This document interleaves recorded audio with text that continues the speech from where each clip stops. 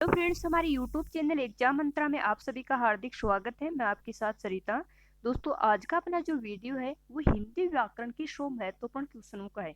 तो हिंदी व्याकरण के 100 इम्पोर्टेंट वो क्वेश्चन है जो सारे क्वेश्चन एसआई एग्जाम 2021 में आए हुए क्वेश्चन है। तो दोस्तों, इस वीडियो को शुरू से लेकर आप अंत तक जरूर देखना, बीच में से कहीं से भी मिस मत करना, क्योंकि सारे क्वेश्चन जब एग्जाम में पूछे हुए क्वेश्चन है तो इम्पोर्टेंट क्वेश्चन तो है ही है। अगर यही क्वेश्चन आपको अपने आगामी एग्जाम में देखने को मिलते हैं तो ये वीडियो आपके लिए बहुत ही महत्वपूर्ण साबित हो सकता है। तो इस वीडियो को आप ध्यान से और शुरू से लेकर अंत तक जरूर देखना। दोस्तों, इस वीडियो को शुरू करने से पहले एक बार इस वीडियो को आप ज्यादा से ज्यादा शेयर करें ताकि अपने सभी साथियों को इस वीडियो का फायदा मिल सके। अगर आप एग्जाम मंत्रा यूट्यूब चैनल पर पहली बार विजिट कर रहे हैं तो इस चैनल को आप सब्सक्राइब जरूर कर लें ताकि हर वीडियो की नोटिफिकेशन आपको सबसे पहले मिलती रहे। तो चलो दोस्तों, आज के वीडियो को अपन शुरू करते हैं। और आज का अपना वीडियो है हिंदी व्याकरण के 100% जो क्वेश्चन बार बार एग्जाम्स में पूछे जाते हैं। तो चलो दोस्तों, वीडियो को अपन शुरू करते हैं। तो ये दोस्तों एसआई का पेपर है, 13/9/21 का पेपर है। तो इस पेपर को अपन हल करेंगे। हिंदी के 100 क्वेश्चन है, तो एक ही क्वेश्चन को आप आराम से व ध्यान से देखना। पहला क्वेश्चन है, इनमें से किस शब्द में इन प्रत्यय नहीं है? तो इन शब्दों में किस शब्द में इन प्रत्यय नहीं है? नमकीन, रंगीन, गमगीन, शौकीन। तो कौन से शब्द में इन प्रत्यय नहीं है?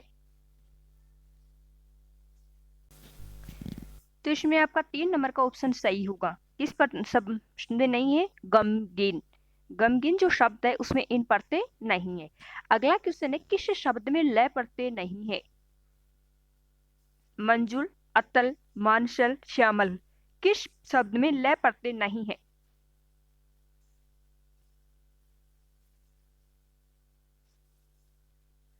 तो इसमें 2 नंबर का ऑप्शन सही होगा। अतल जो शब्द है उसमें लय प्रत्यय नहीं है। किस शब्द में गार प्रत्यय का प्रयोग नहीं हुआ है? स्नानागार, यादगार, मददगार, रोजगार। किस शब्द में गार प्रत्यय का प्रयोग नहीं हुआ है? तो इसमें 1 नंबर का ऑप्शन सही होगा। स्नानागार में गार प्रत्यय का प्रयोग नहीं हुआ है। अगला क्वेश्चन है, निम्नलिखित में तत्सम शब्द नहीं है? दुर्बल, आदर, त्योहार, बिंदु। तो कौन सा शब्द तत्सम शब्द नहीं है? तो इसमें 3 नंबर का ऑप्शन सही होगा। त्योहार शब्द है वो तत्भव है, तत्सम शब्द नहीं है। किस विकल्प में सभी शब्द तत्सम है? विवाह, कहानी, नाच, धैर्य, परख, प्रगट, आग, पत्थर, दही, दंड, सिर, साक। तो किस विकल्प में सभी शब्द तत्सम हैं, यानी संस्कृत के हैं? तो इसमें 4 नंबर का ऑप्शन है वो सही होगा। दंड, सिर और शाक ये सारे शब्द संस्कृत के यानी तत्सम शब्द हैं। इनमें से किस शब्द में कोई उपसर्ग नहीं है? बेकार, बेलदार, बेखबर, बेगुनाह है। तो किस शब्द में कोई उपसर्ग नहीं है? तो इसमें 2 नंबर का ऑप्शन सही होगा। बेलदार जो शब्द है उसमें कोई उपसर्ग नहीं है। 2 नंबर का ऑप्शन सही है। अगला 7 नंबर का क्वेश्चन है, किस विकल्प में तत्सम और तद्भव दोनों प्रकार के शब्द समाहित हैं? आक, काक, आम, आंवला, अमावस, कबूतर, आसरा, पकवान, दही, गाय, बाघ, बिच्छू। तो किस विकल्प में तत्सम और तद्भव दोनों प्रकार के शब्द समाहित हैं? तो इसमें 1 नंबर का ऑप्शन सही होगा।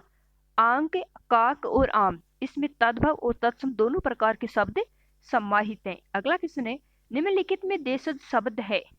ओखली, टोटका, टेंटुआ, किवाड़।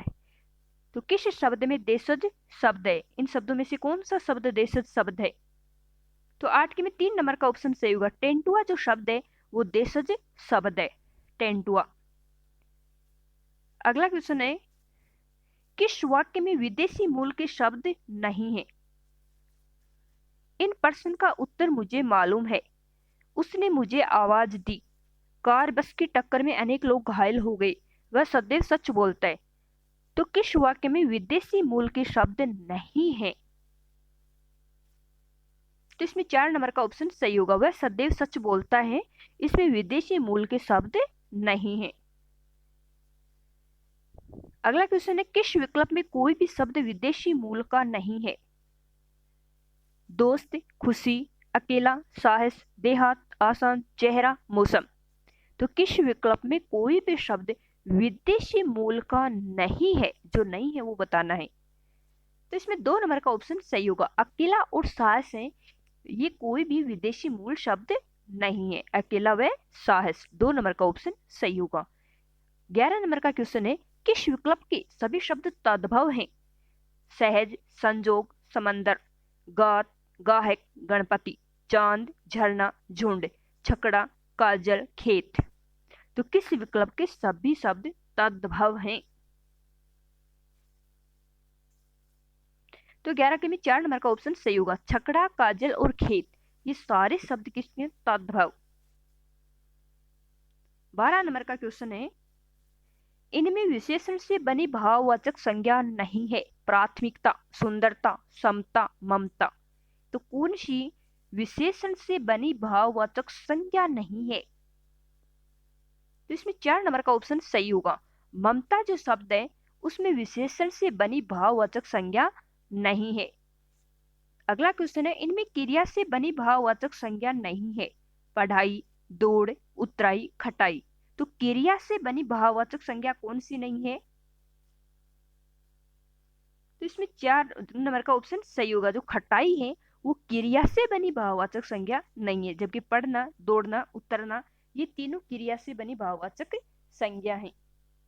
अगला क्वेश्चन है, गुणवाचक विशेषण से संबंधित वाक्य कौन सा है? बालक पहली कक्षा में पढ़ता है। यह पुस्तक मेरी है। हमें कपटी व्यक्ति से दूर रहना चाहिए। समारोह में अनेक लोग उपस्थित थे। तो गुणवाचक विशेषण से संबंधित वाक्य कौन सा है? तो इसमें 3 नंबर का ऑप्शन सही होगा। हमें कपटी व्यक्ति से दूर रहना चाहिए, ये गुणवाचक विशेषण से संबंधित वाक्य। कपटी, कपटी क्या है? व्यक्ति का गुण। किस वाक्य में क्रिया सकर्मक रूप से प्रयुक्त हुई है? तो ऐसा कौन सा वाक्य है जिसमें क्रिया सकर्मक रूप में प्रयुक्त हुई है? वह अभी तक सो रहा है। बच्चा बहुत देर से रो रहा है।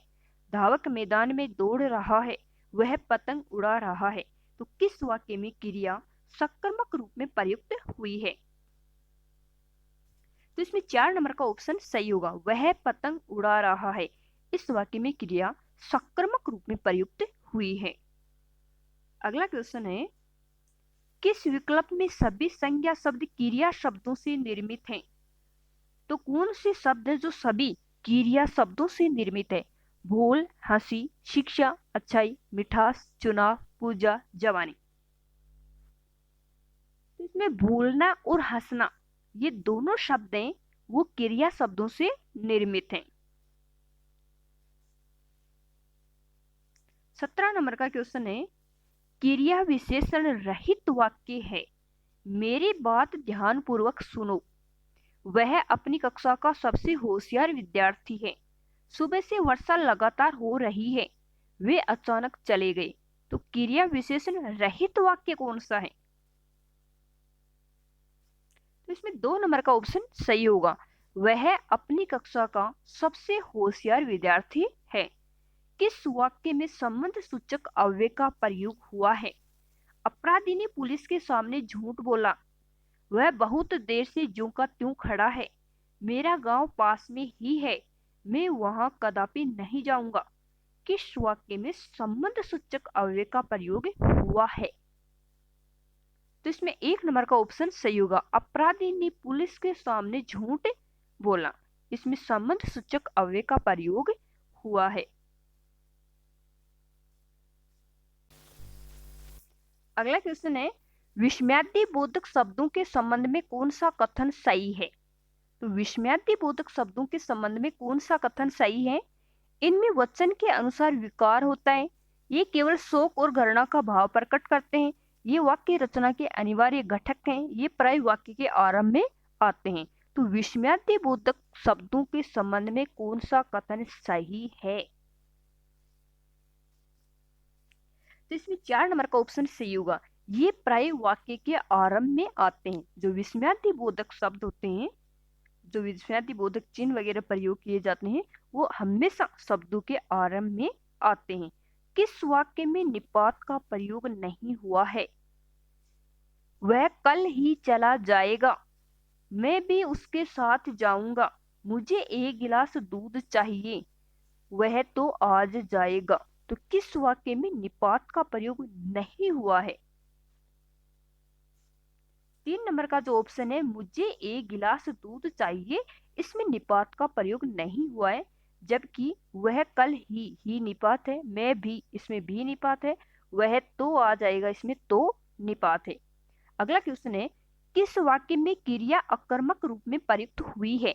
वह बिना बात ही हंस रही है, बच्चों ने बहुत सुंदर चित्र बनाए, माँ पुत्र को समझाती है, मदारी भालू को नचाता है। तो किस वाक्य में क्रिया अकर्मक रूप में प्रयुक्त हुई है? तो इसमें 1 नंबर का ऑप्शन सही होगा, वह बिना बात ही हंस रही है। इसमें जो क्रिया है वह अकर्मक रूप में प्रयुक्त हुई है। 22 नंबर का प्रश्न है, किस विकल्प में सभी विशेषण संज्ञा शब्दों से रचित हैं? तो ऐसा कौन सा विकल्प है जिसमें सभी शब्द हैं वो विशेषण, सभी विशेषण शब्द संज्ञा शब्दों से रचित हैं? शिक्षित, कमाऊ, भीतरी, आपसी, पीड़ित, दयनीय, वार्षिक, निचला।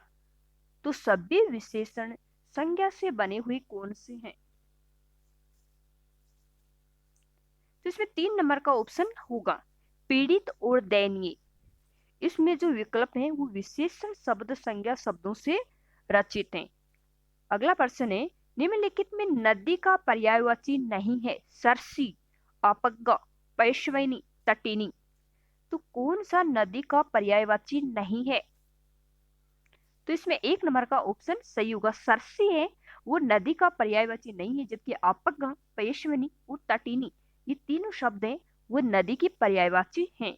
किस विकल्प में सभी पेड़ के पर्यायवाची हैं? वृक्ष, अरंडी, रसाल, पादप, पुहुप, तरु, विटप, द्रुम। तो सारे पेड़ के पर्यायवाची कौन से हैं? तो इसमें 4 नंबर का ऑप्शन सही होगा, विटप और द्रुम है वो पेड़ के पर्यायवाची हैं। किस विकल्प में परस्पर पर्यायवाची शब्द नहीं है? जो परस्पर पर्यायवाची नहीं है वो बताने हैं। इच्छा, अभिप्सा, कपोत, पिक, रात, यामिनी, ऊंट, करभ। तो कौन से परस्पर पर्यायवाची नहीं है? तो 25 में 2 नंबर का ऑप्शन सही होगा, कपोत और पिक है वो परस्पर पर्यायवाची नहीं है। अगला प्रश्न है, किस वाक्य पे निपात का प्रयोग हुआ है? तो ऐसा कौन सा वाक्य है जिसमें निपात का प्रयोग हुआ है?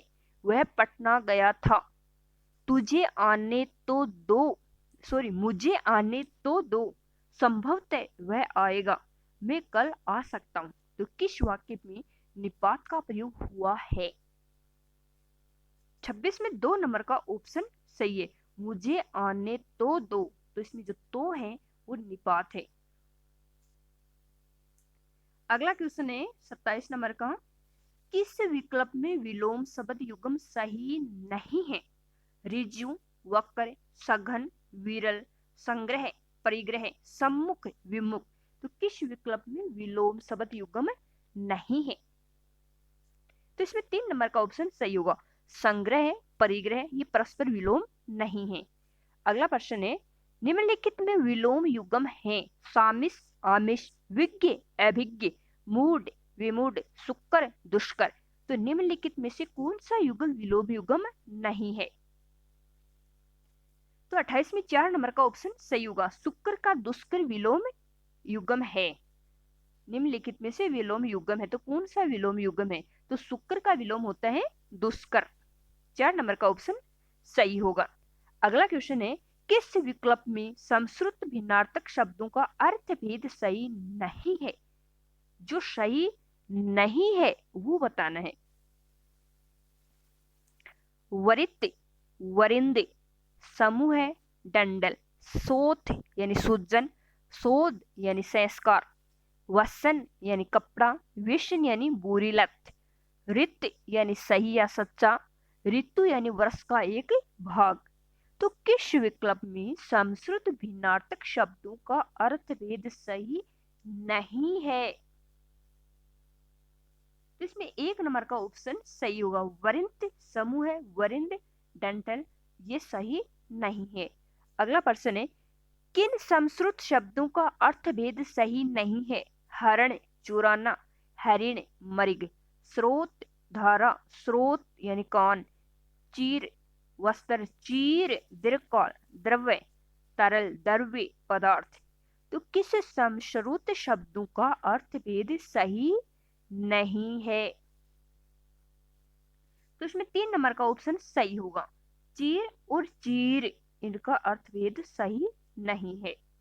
अगला प्रश्न है, परिच्छेद व परिच्छेद, परिच्छद व परिच्छेद शब्दों का सही अर्थभेद है। परिच्छद यानी आवरण, परिच्छेद यानी अनुभाग, परिच्छेद यानी काटना, परिच्छेद यानी साज सम्मान, परिच्छेद यानी सीमा, परिच्छेद यानी नौकर चाकर, परिच्छेद यानी अनुभाग, परिच्छेद यानी आवरण।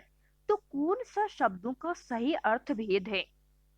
तो 31 में 1 नंबर का ऑप्शन सही होगा, परिच्छेद यानी आवरण, परिच्छेद यानी अनुभाग। अगला प्रश्न है, किस विकल्प के शब्द परस्पर विलोम नहीं है? साम्य का विलोम विषम्य, सापेक्ष का विलोम निरपेक्ष, रित का विलोम अनृत, सलाघनीय का विलोम प्रशंसनीय। तो किस विकल्प के शब्द परस्पर विलोम नहीं है? तो इसमें 4 नंबर का ऑप्शन सही होगा, सलाघनीय का विलोम प्रशंसनीय नहीं है, जबकि साम्य का विषम्य, सापेक्ष का निरपेक्ष, रित का अनृत विलोम शब्द हैं।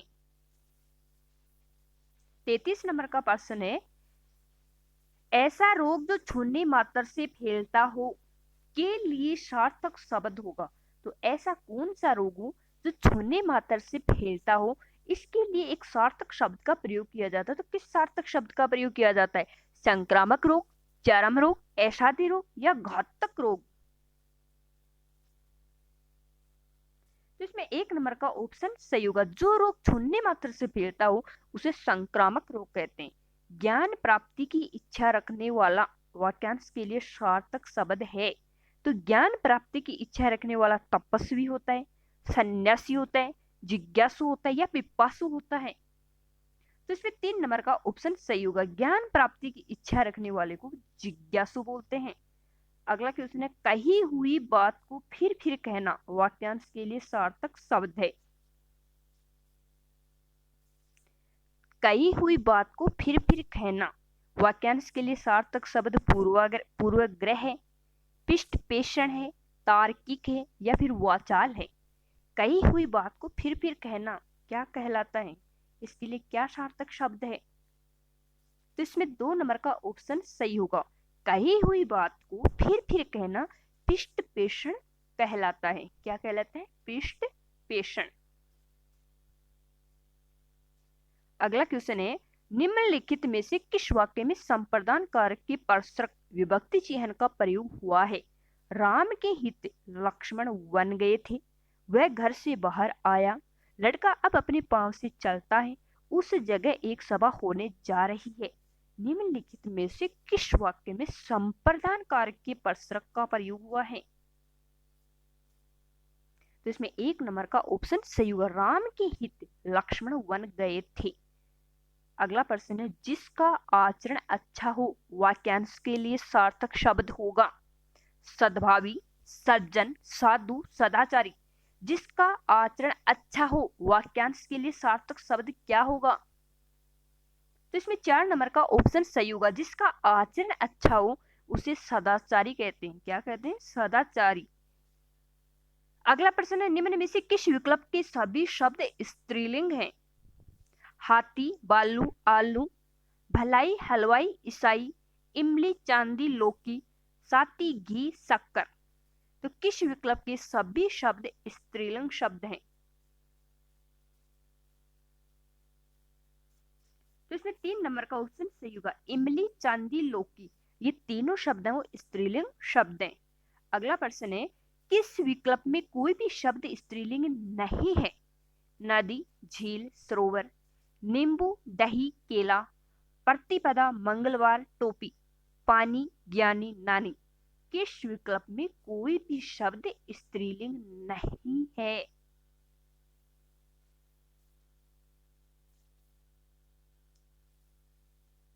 तो तो इसमें 2 नंबर का ऑप्शन सही होगा, नींबू, दही, केला। कौन सा शब्द सदैव एक वचन में प्रयुक्त होता है? आकाश, बाल, आंसू, होश। कौन सा शब्द सदैव एक वचन में प्रयुक्त होता है? तो इसमें 1 नंबर का ऑप्शन सही होगा, आकाश जो शब्द है वो सदैव एक वचन में प्रयुक्त होते हैं। बाल, आंसू, होश ये बहुवचन में प्रयुक्त होते हैं। अगला प्रश्न है, किस वाक्य में मध्यम पुरुष का प्रयोग नहीं हुआ है? तो किस वाक्य में मध्यम पुरुष का प्रयोग नहीं हुआ है? आपको यही उचित लगता है तो ठीक है, यह बात आप ही कह दीजिए, हम अपने आप को भूल गए, इस विषय में आपकी क्या राय है? तो इसमें 3 नंबर का ऑप्शन सही होगा, हम अपने आप को भूल गए। इसमें मध्यम पुरुष का प्रयोग नहीं हुआ है। अगला प्रश्न है, हिमालय से अनेक नदियां निकलती हैं, इस वाक्य में किस कारक के प्रसर्ग का प्रयोग हुआ है? संबंध कारक, अधिकरण कारक, अपादान कारक, करण कारक। हिमालय से अनेक नदियां निकलती हैं, इसमें 3 नंबर का ऑप्शन सही होगा, अलग होने के अर्थ में अपादान कारक होता है। अगला प्रश्न है, किस विकल्प में समश्रुत भिन्नार्थक शब्दों के अर्थ सुमेलित हैं? अश्व, घोड़ा, असम, खच्चर, जलद, कमल, जलज, बादल। सर्वथा, सब तरह से, सर्वदा, हमेशा, अनिल, आग, अनल, हवा। तो किस विकल्प में समश्रुत भिन्नार्थक शब्दों के अर्थ सुमेलित हैं? तो यहाँ इसके में 3 नंबर का ऑप्शन सही होगा, सर्वथा यानी सब तरह से, सर्वदा यानी हमेशा। अगला प्रश्न है, निश्चार्थ वाक्य का प्रयोग किस वाक्य में हुआ है? हमें सदैव सच बोलना चाहिए, बच्चे ने पुस्तक पढ़ ली है, भगवान सबका भला करे, शायद वह आज आ जाए। तो निश्चार्थ वाक्य का प्रयोग किस वाक्य में हुआ है? तो 44 में 2 नंबर का ऑप्शन सही होगा, बच्चे ने पुस्तक पढ़ ली है। इसमें निश्चार्थ वाक्य का प्रयोग हुआ है कि बच्चे ने पुस्तक पढ़ ली है। आवर्ती मूलक पक्ष से संबंधित वाक्य है। 45 नंबर का प्रश्न है, आवर्ती मूलक पक्ष से संबंधित वाक्य है। मोहन अध्यापक है, बालक पुस्तक पढ़ रहा है, बच्ची सो चुकी है, वह स्कूल जाता है। तो आवर्ती मूलक पक्ष से संबंधित वाक्य कौन सा है? वह स्कूल जाता है, यह आवर्ती मूलक पक्ष से संबंधित वाक्य है। कृतवाच्य से संबंधित वाक्य है, चोर पकड़ा गया है, यह बात उससे पता चली, लड़का पढ़ रहा है, किसान द्वारा फसल काट ली गई। तो कृतवाच्य से संबंधित वाक्य कौन सा है? इसमें 3 नंबर का ऑप्शन सही होगा, लड़का पढ़ रहा है, ये कृतवाच्य से संबंधित वाक्य है। 47 नंबर का प्रश्न है, किस विकल्प में समश्रुत भिन्नार्थक शब्दों के अर्थ सुमेलित नहीं है? जो नहीं है वो बताने। पथ्य, मार्ग या रास्ता, पथ्य, बीमार को दिया जाने वाला हितकर भोजन, जठर, ज्येष्ठ, जरठ यानी बुढ़ा, निर्माण, रचना, निर्वाण, मोक्ष, तर्क, बहस, टक्कर यानी छाछ। तो किस विकल्प में समश्रुत भिन्नार्थक शब्दों के अर्थ सुमेलित नहीं है? 47 में 2 नंबर का ऑप्शन सही होगा, जठर, ज्येष्ठ, जरठ, बुढ़ा, इसमें अर्थ सुमेलित नहीं है।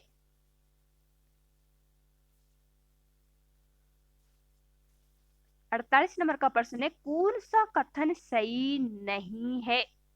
प्रेरणार्थ क्रियाएं सदैव सकर्मक ही होती हैं, भाववाच्य केवल अकर्मक क्रियाओं में ही होता है, कर्मवाच्य अकर्मक सकर्मक दोनों क्रियाओं में होता है, कृतवाच्य भी अकर्मक और सकर्मक दोनों क्रियाओं में होता है। तो कौन सा कथन सही नहीं है? 48 में 3 नंबर का ऑप्शन सही है, कर्मवाच्य अकर्मक और सकर्मक दोनों क्रियाओं में होता है। तो ये कथन गलत है, कर्मवाच्य अकर्मक और सकर्मक दोनों क्रियाओं में नहीं होता है। कौन सा कथन गलत है? रचना की दृष्टि से वाक्य के 3 प्रमुख भेद किए जाते हैं: साधारण, मिश्र, संयुक्त। वाक्य में प्रयुक्त क्रिया को उद्देश्य और कर्ता को विधेय कहते हैं। साधारण वाक्य में एक उद्देश्य एक विधेय होता है। मिश्र वाक्य में मुख्य उपवाक्य एक ही रहता है, लेकिन आश्रित उपवाक्य एक से अधिक हो सकते हैं। तो कौन सा कथन गलत है? जो कथन गलत है वो बताना है। तो इसमें 2 नंबर का ऑप्शन गलत है। वाक्य में प्रयुक्त क्रिया को उद्देश्य और कर्ता को विधेय कहते हैं। तो क्रिया को कभी भी उद्देश्य नहीं कहते, क्रिया को और कर्ता को विधेय नहीं कहते। क्रिया को विधेय, क्रिया वाले वाक्य को तो विधेय कहते हैं और कर्ता वाले को उद्देश्य कहते हैं। 50 नंबर का प्रश्न है, किस विकल्प में सभी शब्द शुद्ध हैं? मद्देनजर, चारागाह, तंदुरुस्त। तंदुरुस्त, मद्देनजर, चारागाह। चारागाह, तंदुरुस्त, मद्देनजर। मद्देनजर, चारागाह, तंदुरुस्त। किस विकल्प में सभी शब्द शुद्ध हैं? तो इसमें 2 नंबर का ऑप्शन सही होगा। इसमें जो सारे शब्द हैं तीनों के तीनों वो शुद्ध शब्द हैं। तो दोस्तों इस वीडियो को आप ज्यादा से ज्यादा शेयर करें, अपने सभी साथियों के साथ शेयर करें, ताकि अपने सभी बेरोजगार युवा साथियों को इस वीडियो का फायदा मिल सके। अगर आप एग्जाम मंत्रा यूट्यूब चैनल पर पहली बार विजिट कर रहे हैं तो इस चैनल को आप सब्सक्राइब जरूर कर लें, ताकि हर वीडियो की नोटिफिकेशन आपको सबसे पहले मिलती रहे। दोस्तों इस वीडियो को आप लाइक जरूर करें। कमेंट बॉक्स में मुझे कमेंट करके जरूर बताएं कि सारे क्वेश्चन आपको कैसे लगे। 51 नंबर का प्रश्न है, किस वाक्य में भाववाच्य नहीं है? मुझसे सुबह जल्दी नहीं उठा जाता, वह प्रतिदिन स्कूल नहीं जाता, छोटे बच्चों से सीढ़ियां नहीं चढ़ी जाती, कमजोरी के कारण लड़के से चला नहीं जाता। तो किस वाक्य में भाववाच्य नहीं है?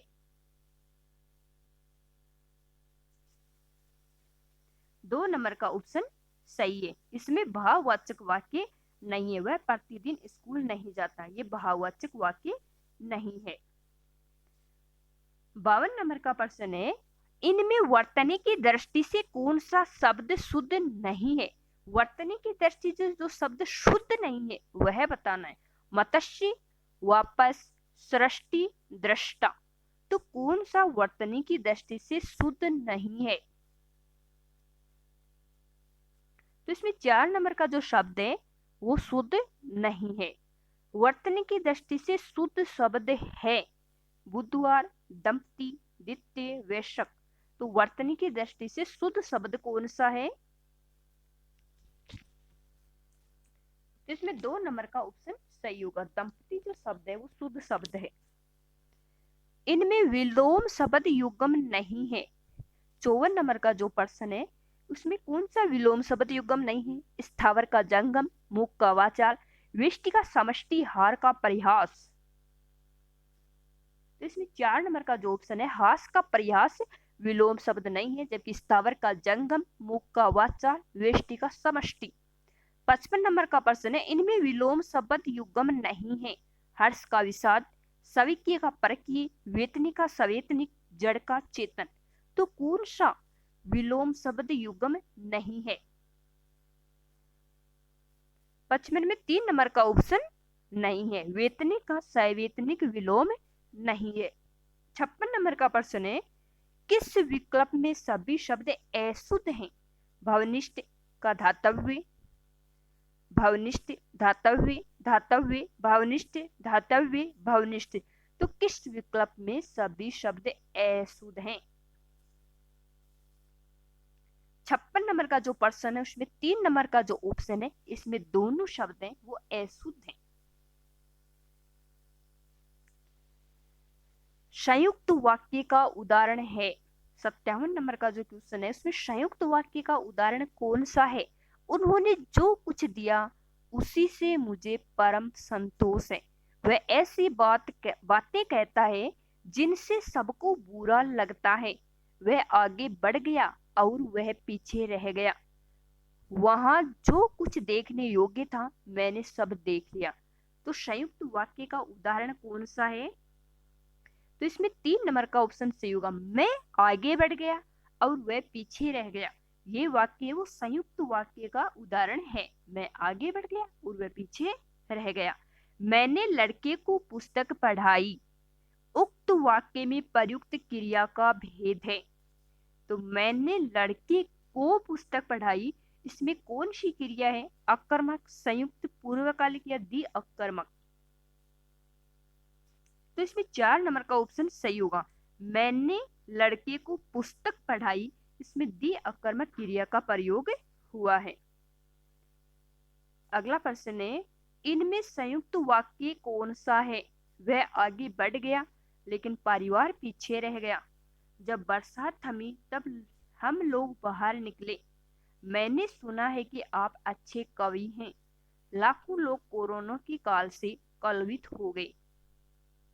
तो इनमें संयुक्त वाक्य कौन सा है? इसमें 1 नंबर का जो है वो संयुक्त वाक्य, वह आगे बढ़ गया लेकिन परिवार पीछे रह गया। अगला प्रश्न है, निम्नलिखित में सरल साधारण वाक्य है। जहां अभी रेगिस्तान है वहां किसी समय जंगल था। मेरा भाई यहाँ आएगा या मैं ही उसके पास जाऊंगा। जो जितना मांगता उसको उतना दिया जाता। दिन का थका हुआ आदमी रात को खूब सोता है। तो सरल या साधारण वाक्य कौन सा है?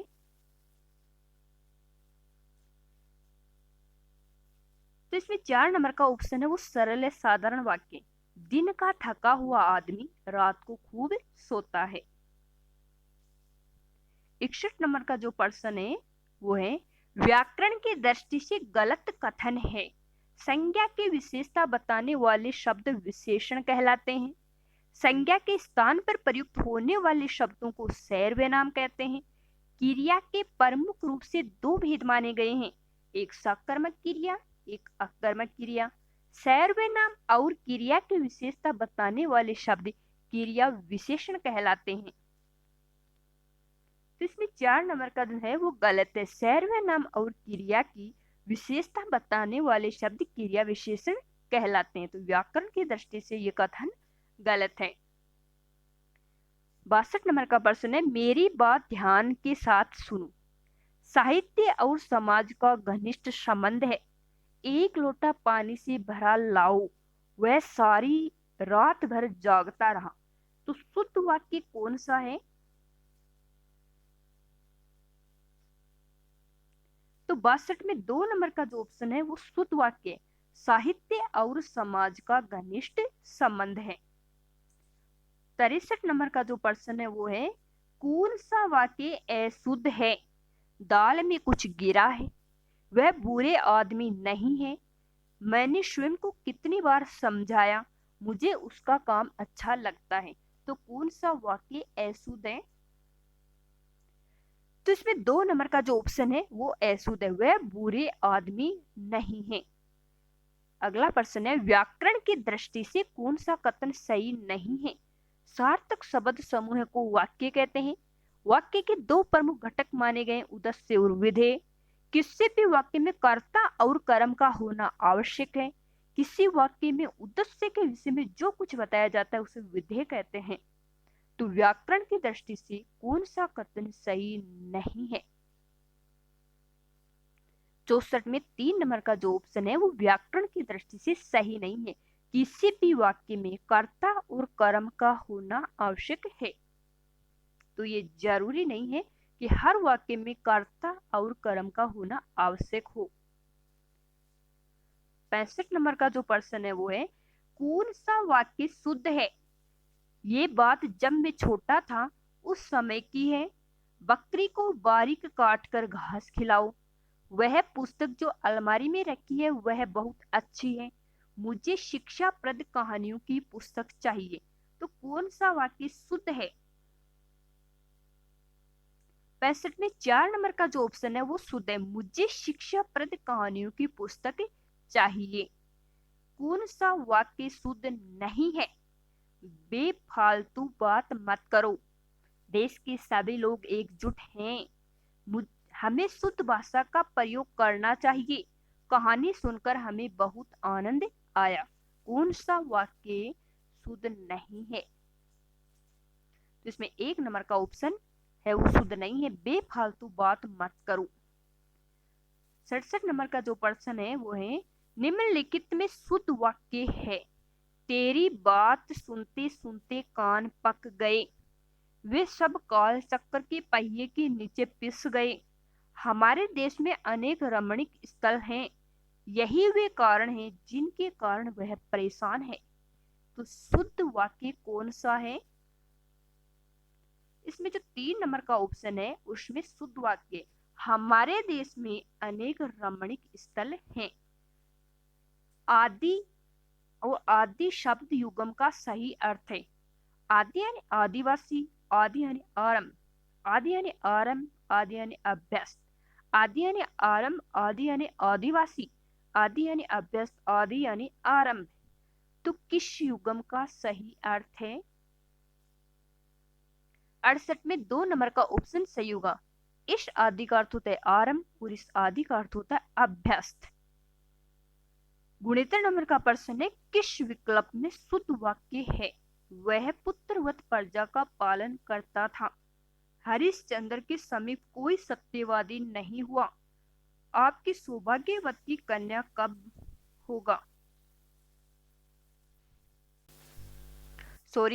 आपकी सौभाग्यवती कन्या का विवाह कब होगा? अश्वमेघ का घोड़ा पकड़ा गया। तो किस विकल्प में शुद्ध वाक्य है?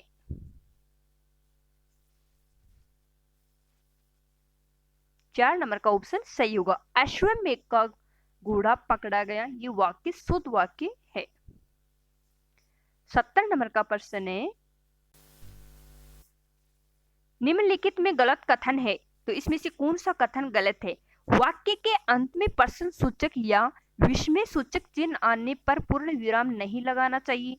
जिन वाक्यों में प्रश्नवाचक शब्दों का अर्थ संबंधवाचक शब्दों जैसा हो, उनके अंत में प्रश्नवाचक चिन्ह लगाना चाहिए। विषय विभाजन में क्रम सूचक अंकों या अक्षरों के साथ कोष्टक का प्रयोग किया जाता है। अल्प विराम से अधिक और पूर्ण विराम से कम समय तक ठहरने के लिए अर्ध विराम का प्रयोग किया जाता है। तो निम्नलिखित में गलत कथन कौन सा है?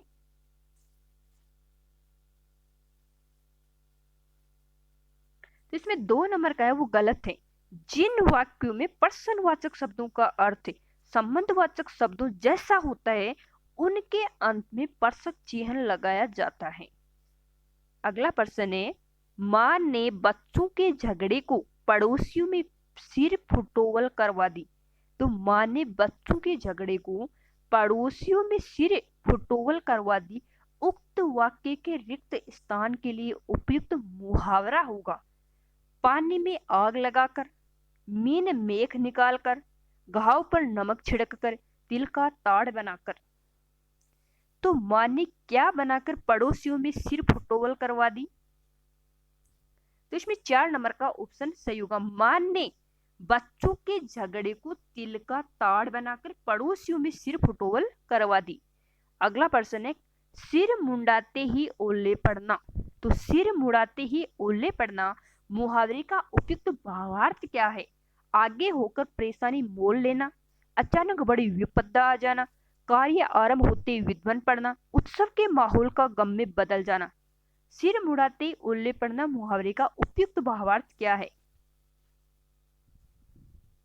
तो इसमें 3 नंबर का ऑप्शन सही होगा। कार्य आरंभ होते ही विद्वान पड़ना यानी सिर मुड़ाते ही ओले पड़ना।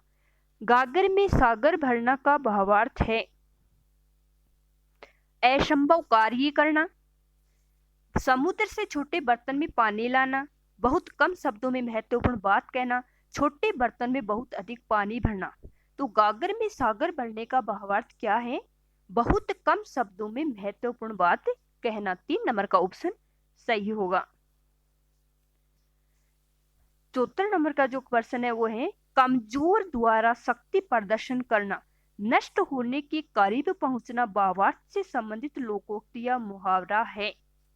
अपने मुंह मियां मिट्ठू बनना, अधजल गगरी छलकत जाए, चिंटी के पर निकलना, मेरी बिल्ली मुझसे ही म्याऊं।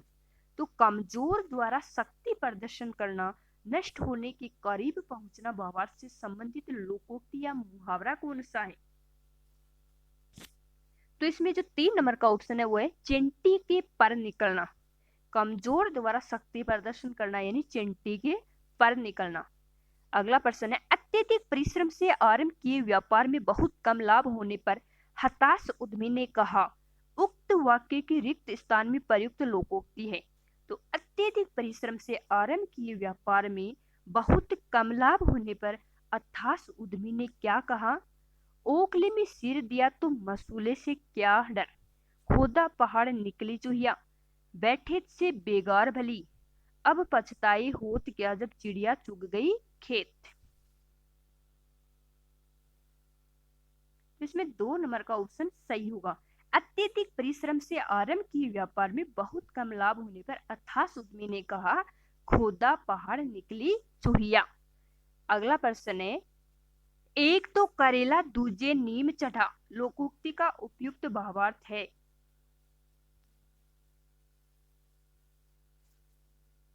गुणी व्यक्ति ही गुणवान को पहचानता है। चालाक का अधिक चालाक से सामना होना, सज्जन द्वारा कपट व्यवहार करना, कुसंग से बुरे का अधिक बुरा हो जाना। एक तो करेला दूजे नीम चढ़ा लोकोक्ति का उपयुक्त भावार्थ क्या है? तो इसमें 4 नंबर का ऑप्शन सही होगा। कुसंग से बुरे का अधिक बुरा हो जाना। एक तो करेला दूजे नीम चढ़ा यानी कुसंग से बुरे का और भी अधिक बुरा हो जाना। अगला प्रश्न है, किस मुहावरे का भावार्थ सही नहीं है? गाढ़ो पानी पड़ना, बहुत वर्षा होना, सूरज पर थूकना, किसी निर्दोष पर लांछन लगाना, नाक भौं सिकोड़ना, अरुचि और अप्रसन्नता प्रकट करना, थूक कर चाटना, कहकर मुकर जाना। तो स्वतंत्र में एक सही होगा। स्वतंत्र में 1 नंबर का जो ऑप्शन है वो सही नहीं है। गाढ़ो पानी पड़ना, बहुत वर्षा होना, सूरज पर थूकना, किसी निर्दोष पर लांछन लगाना, नाक भौं सिकोड़ना, अरुचि और अप्रसन्नता प्रकट करना, थूक कर चाटना यानी कहकर मुकर जाना। 78 नंबर का प्रश्न है वो है, आग बबूला होना का भावार्थ है। बबूल के पेड़ में आग लगना, लू के बगुले उठना, अत्यंत क्रोध करना, भयंकर आग लगना। तो आग बबूला होने का भावार्थ क्या है? अत्यंत क्रोध करना। अपने पैरों पर खड़े होने का भावार्थ है सावधानी पूर्वक चलना, आत्मनिर्भर होना, छोटे बच्चों का चलना सीखना, बिना किसी छड़ी आदि के अपने आप आगे बढ़ना। तो अपने पैरों पर खड़े होने का भावार्थ है आत्मनिर्भर होना। किस विकल्प में हिंदी पारिभाषिक शब्द का सही प्रयोग हुआ है? तो किस में हिंदी पारिभाषिक शब्द का सही प्रयोग हुआ है?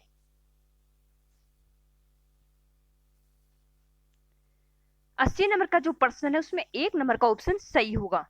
इसमें जो हिंदी पारिभाषिक शब्द है उसका सही प्रयोग हुआ है। अगला प्रश्न है, किस विकल्प में हिंदी पारिभाषिक शब्द का सही प्रयोग नहीं हुआ है? जिसमें सही नहीं हुआ है उसके बारे में बताना है। तो इसमें जो 3 नंबर का ऑप्शन है इसमें सही पारिभाषिक शब्द का प्रयोग नहीं हुआ है। किस विकल्प में लोकोक्ति का भावार्थ असंगत है? चोर की दाढ़ी में तिनका, अपराधी का निशंक होना, नेकी कर दरिया में डाल, भला करके भूल जाना, हाथ कंगन को आरसी क्या, प्रत्यक्ष को प्रमाण की आवश्यकता नहीं, सांच को आंच नहीं, सच्चा व्यक्ति डरता नहीं। तो किस विकल्प में लोकोक्ति का भावार्थ असंगत है, जो सही नहीं है, जो संगत नहीं है वो बताना है। तो इसमें 2 नंबर का जो ऑप्शन है वो सही है, नेकी कर दरिया में डाल, भला करके भूल जाना, ये भावार्थ असंगत है। 83 नंबर का जो क्वेश्चन है वो है, ज्यूरिडिक्शन के लिए समक्ष हिंदी पारिभाषिक शब्द होगा कार्य क्षेत्र, विशिष्ट क्षेत्र, विशेषाधिकार या क्षेत्राधिकार। तो हिंदी पारिभाषिक शब्द कौन सा सही होगा इसमें? तो इसमें 4 नंबर का ऑप्शन सही होगा। 83 नंबर का जो क्वेश्चन है उसमें 4 नंबर का ऑप्शन सही है। अप्रोच शब्द का असंगत पारिभाषिक शब्द है पहुंच, उपमार्ग, दृष्टिकोण या सिफारिश। तो इसका असंगत परिभाषिक जो शब्द है वो कौन सा है? सिफारिश। 4 नंबर का ऑप्शन सही होगा। ऑथोरिटी शब्द का सुसंगत परिभाषिक शब्द नहीं है, तो ऑथोरिटी शब्द का सुसंगत पारिभाषिक शब्द कौन सा नहीं है?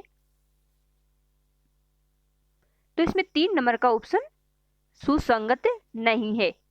86 नंबर का प्रश्न है, किस विकल्प में सुसंगत परिभाषिक शब्द नहीं है? ट्रांसपोर्ट, आयात निर्यात, रेस्ट्रोस्पेक्टिव, भूतलक्षी, लेगिबल, सुवाच्य, एक्ट, अधिनियम। तो किस विकल्प में सुसंगत परिभाषिक शब्द नहीं है? तो इसमें 1 नंबर का जो ऑप्शन है उसमें पारिभाषिक शब्द सुसंगत नहीं है। अगला क्वेश्चन है, किस विकल्प में गलत परिभाषिक शब्द है? तो 87 नंबर का जो क्वेश्चन है उसमें गलत परिभाषिक शब्द कौन सा है?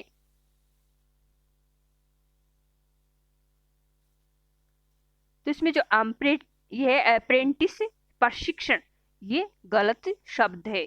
अगला क्वेश्चन है, ग्रोस मिसकंडक्ट के लिए समकक्ष हिंदी परिभाषिक शब्द होगा।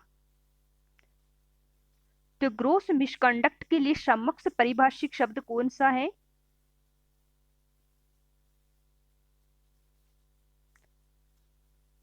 अट्ठासी नंबर का जो प्रश्न है उसमें 2 नंबर का ऑप्शन सही होगा, घोर कदाचार। 2 नंबर का ऑप्शन सही होगा। ग्रोस मिसकंडक्ट का अर्थ होता है घोर कदाचार। 89 नंबर का क्वेश्चन है, किस शब्द की संधि सही नहीं है? तत् प्लस उपरांत, तदुपरांत, सट प्लस आनंद, सडानंद, वाक प्लस ईस, वागीस, सत प्लस चरित्र, सच्चरित्र। किस शब्द की संधि सही नहीं है? तो इसमें 1 नंबर का ऑप्शन सही नहीं है। अगला क्वेश्चन है, निम्नलिखित में से कौन सा शब्द संधि रहित है? अनुच्छेद, परिणाम, तल्लीन, फलस्वरूप। निम्नलिखित में से कौन सा शब्द संधि रहित है? तो इसमें 4 नंबर का ऑप्शन सही होगा, ये संधि रहित शब्द है। किस शब्द का संधि विच्छेद सही नहीं है? 91 नंबर का जो प्रश्न है उसमें 2 नंबर का ऑप्शन सही है। आद्योपांत, आदि प्लस उपांत, ये संधि विच्छेद सही नहीं है। इनमें से कौन सा संधि शब्द सही नहीं है? रवि प्लस इंद्र, रविंद्र, तथा प्लस एव तथ्य, निह प्लस रोग, निरोग, मन प्लस ताप, मनस्ताप। तो कौन सा संधि शब्द सही नहीं है? इसमें 1 नंबर का ऑप्शन सही होगा, रवि प्लस इंद्र, रविंद्र सही संधि शब्द नहीं है। इनमें से कौन सा शब्द गलत है? सत प्लस जन, सज्जन, चित प्लस में, चिन्ह में, सत प्लस गति, सदगति, सत प्लस मार्ग, सदमार्ग। तो कौन सा संधि शब्द गलत है? तो इसमें 4 नंबर का जो शब्द है वो गलत है, सत प्लस मार्ग, सदमार्ग। 94 नंबर का जो प्रश्न है वो है, निम्नलिखित में से किस शब्द की संधि सही है? स्त्री प्लस उचित, स्त्रियोचित, गति प्लस अवरोध, गत्यावरोध, शीत प्लस ऋतु, शीतर्तु, राम प्लस ईश, रमेश। तो किस शब्द की संधि सही है? तो इसमें 3 नंबर का ऑप्शन सही होगा, शीत प्लस ऋतु, शीतर्तु का संधि सही है। 95 नंबर का जो प्रश्न है वो है, किस विकल्प में कर्मधारय समास नहीं है? नीलगाय, देहलता, आप बीती, लघु कथा। किस विकल्प में कर्मधारय समास नहीं है? 95 में 3 नंबर का ऑप्शन सही होगा, आप बीती में कर्मधारय समास नहीं है। इनमें से किस विकल्प में तत्पुरुष समास है? आमरण, काम काज, मंद बुद्धि, तुलसीकृत। किस विकल्प में तत्पुरुष समास है? तो इसमें 4 नंबर का ऑप्शन है तुलसीकृत, तुलसी के द्वारा कृत, इसमें तत्पुरुष समास है। किस विकल्प में द्वंद्व समास नहीं है? परम पिता, माता पिता, हानि लाभ, चाल चलन। तो इसमें 1 नंबर का ऑप्शन सही होगा, परम पिता में द्वंद्व समास नहीं है। निम्नलिखित में से कौन सा शब्द उपसर्ग रहित है? आसन, आकार, आनंद, आरोह है। निम्नलिखित में से कौन सा शब्द उपसर्ग रहित है? 1 नंबर का ऑप्शन सही होगा, आसन है वो उपसर्ग रहित शब्द है। किस शब्द में उपसर्ग प्रत्यय दोनों प्रयुक्त हुए हैं? अलंकारिक, सुंदरता, अधिकारी, अधुनातन। उपसर्ग और प्रत्यय दोनों किसमें प्रयुक्त हुए हैं? तो उपसर्ग और प्रत्यय दोनों हैं 3 नंबर के ऑप्शन में, अधिकारी में। लास्ट क्वेश्चन है, द्वंद्व समास का उदाहरण है? प्रत्यक्षितोषण, मनचाहा, गौशाला। द्वंद्व समास का उदाहरण क्या है? दोस्तों इस वीडियो को आप ज्यादा से ज्यादा शेयर करना प्लीज, और इस वीडियो को लाइक करके जरूर जाना। द्वंद्व समास का उदाहरण है शीतोषण। 2 नंबर का ऑप्शन सही होगा। वीडियो को शुरू से लेकर अंत तक देखने के लिए धन्यवाद।